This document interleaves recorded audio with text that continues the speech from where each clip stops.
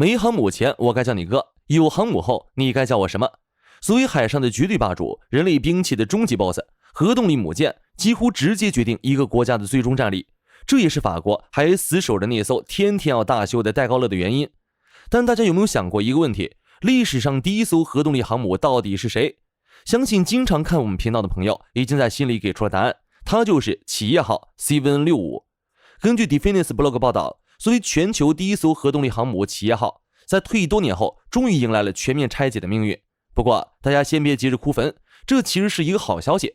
報道透露，拆解下來的約35000噸灰塑鋼材將投入到福特級新一代企業號 CVN-80 中，所以這並不是企業號的悲歌，而是新企業號新傳奇的開始。那麼這艘人類第一艘核動力航母到底是怎樣誕生的？你知道多少它的傳奇戰績？新一代 CVN-80 戰力又有多誇張？發明核動力航母的是個天才，但大家知道這個天才是誰嗎？時間來到1950年代，那時候美國海軍剛剛從二戰的炮火中走出來，手裡攥着全球最強的常規航母群，幾乎能在全世界橫着走。但一名美軍上将卻不太滿意現狀，他認為未来的海戰不應該是比誰的船多，而是比誰能在大洋上待得更久。航母的本質是什麼？一個漂浮的國土，一座海上武器平台，誰的平台運行得更久，誰才能在未来海戰中笑到最後。於是一項代號為 SCP-160 的絕密設計方案被推上了繪图板，這就是核動力航母誕生的契機。而那名改变航母發展時間線的上将，正是核海軍之父海曼·里克福。1958年2月4日，在弗吉尼亞的紐波特紐斯造船廠，第一塊特種鋼板被鋪設在11號船塢，人類第一艘核動力航母開始步入建造工序。不過當時的工程師們還面臨一個非常棘手的問題，那時候的核动力装置還沒到小而美的地步，单座反应堆的功率非常感人，根本推不动10万噸的巨兽。如果換作是別的国家，可能就此放棄，老老實實回去燒重油了。但美國工程界卻只笑了笑，他們最大的煩惱就是錢太多，既然一座堆推不动，那我就往裡塞8座。於是 CVN-65 成了人類歷史上唯一一艘配置了8座 ARW 核反應堆的航母。這8座反應堆直接取代了原來常規航母上的8座鍋爐，為整艘船提供了近乎無限的動力。這也讓企業號擁有了一個很有意思的稱號，史上最長的軍艦。它的全長達到了342米，比後來的尼米茲級還要長出一截。為了配合着恐怖的動力，它還配備了4個巨大的舵，這也是航母史上的唯一。1961年11月25日，當企業號正式服役時，它那方形的沒有烟囱的艦橋讓全世界都看傻了。但更讓大家看傻眼的是船上各種堪比外星科技的設備，比如 SCN-FA2 相控阵雷達，這玩意兒在當時被稱為不可能存在的設備。不但擁有同時多目標跟蹤的能力，又可作為导彈的目標照射和制导系統，技術遠超當時的水平。雖然企業號的造價高到讓五角大樓原本計劃建造6艘的藍圖直接縮水成了1艘，但這一艘就足以讓全球海權的天平永久性的傾斜。1962年1月，企業號在首航中與護航的拉菲號驅逐艦玩了一場拉力賽。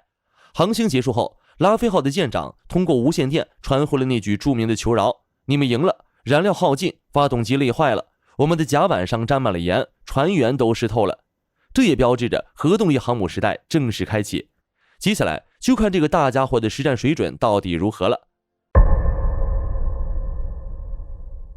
1962年10月，冷戰的火藥味越來越濃烈。這一年，蘇聯偷偷摸摸地幹了件震驚世界的大事兒，這小子悄悄在古巴部署了核彈。消息洩露後，美軍震怒，肯尼迪立即發布海上封鎖令，企業號作為美國大西洋舰隊最銳利的獠牙，直接被送到了封锁線的最前沿。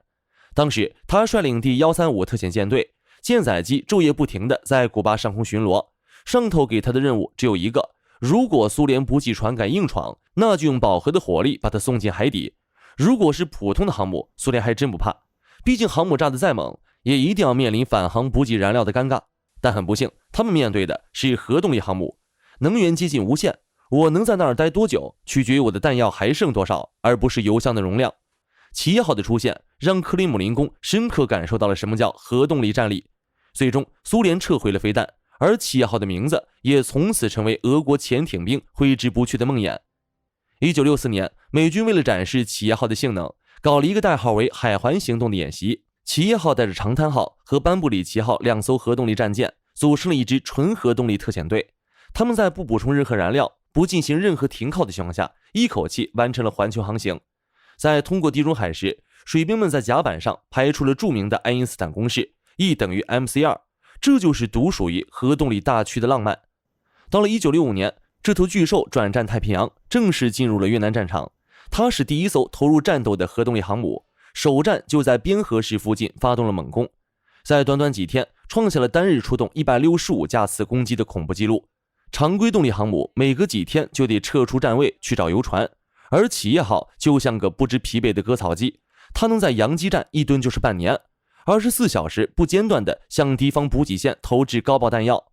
1975年西贡陷落時，又是企業號在海面上撐起了最後的撤離傘。除了打仗，這艘船還見證了人類航天史的奇蹟。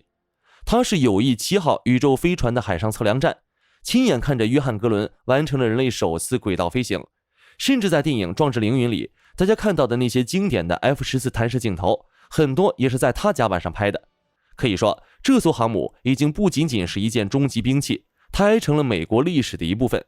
他在1988年甚至跑去幫科威特油輪護航，一順手炸了伊朗的護衛艦和石油平台。哪怕是到了2001年的911事件，已經老態龍鐘的企業號在高層部署下直接掉頭殺回阿拉伯海，對着極端分子的老巢就是一通瘋狂輸出。他整整服役了51年，熬走了無數位總統，也熬乾了他的老對手蘇聯海軍。然而世上從來沒有永遠無敵的兵器，時間就是企業號最大的敵人。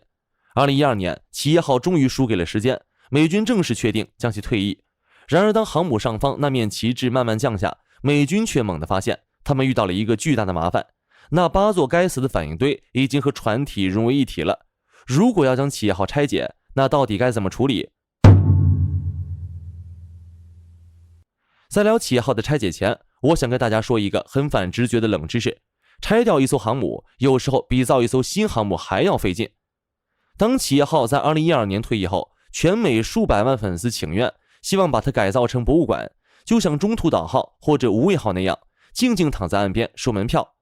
但美國海軍的技術專家看完圖紙後，直接婉拒，做夢呢！這船裡的8座堆，每一座都是個活着的火藥桶。這正是核動力航母退役最痛苦的問題，難的不是拆鋼板，而是去核化。對於尼米茲級來說，2座反應堆好歹還有章可循，但對於這個塞了8座反應堆的初代魔王，企業號像是一個核千層餅。它的動力系統和船體肋骨是交叉焊接在一起的，有些核心艙室的輻射劑量高到能讓電子表罷工。如果想安全地取出這些反應堆，就得像做精密的心臟手術一樣，把整艘船的主體結構從中間剖開，然後再把這些重達數百噸的壓力容器一點點調出來。這個過程不僅耗時，而且極度危險。一旦發生冷卻劑洩漏，整個諾福克海軍基地都得變成廢墟。為了這具遺體的處置，美國海軍和國會扯皮了整整13年，直到最近，美軍才下定決心，與北極星海事拆解公司簽了一份4億1849萬美元的合約，折合新台幣約125億。這筆錢購買2個中隊的最先進 F-16V 戰機了，但美軍卻僅僅是用來把這艘船切碎，把廢料運走。為什麼拆個船會這麼貴？由於涉及機密技術和放射性廢棄物，拆解工作必須在最嚴密的監控下進行。地勤人員要先用特殊的结晶小麥澱粉把船體表面的涂层一點點洗掉，然後按照3防標準把受污染的鋼材單獨打包，送往內華達州的沙漠深處封存。不過這還不是最花錢的地方，除了拆解污染鋼材，美軍還決定將其中約35000噸的鋼材全部用於新航母身上。大家別看這鋼材是上個世紀的寶貝，就覺得是一堆破銅爛鐵。實際上，這種鋼材在半個世紀的海水浸泡和幾千次的彈射震動中，證明了它的韌性與價值。將這些老骨頭拉回高爐重新演練，完全能適配新航母的建造。這艘新航母說起來還是企業號親孫子福特級3號艦新企業號 CVN-80。企業號作為人類第一艘核動力航母，已經幫助美軍縱橫大洋整整50年。那麼 CVN-80 又能否接手它的下一個50年？我們可以先來看看這艘福特級航母的底子。首先，它是全球第一艘完全通過數字化平台設計和建造的航母，這意味着它還沒下水，就已經在超級計算機裡完成了數百次的模擬對抗。它的每一個閥門、每一根電線都擁有自己的數字孿生體，這種技術代差讓它的建造效率上比福特號快了 25%， 成本卻更低。其次，新一代企業號雖然回到了双反应堆設計，但它用的是变態強的 AEB 反应堆，這兩座堆能輸出的電能是尼米兹基的3倍，是老企業號的近4倍。這多出來的幾百萬千瓦電能可不是用來開空調的，而是為了餵飽電磁彈射系統。以前蒸汽彈射，不管小無人機還是重型戰鬥機，給的力都一樣猛，這經常會把飛機的結構震出暗傷。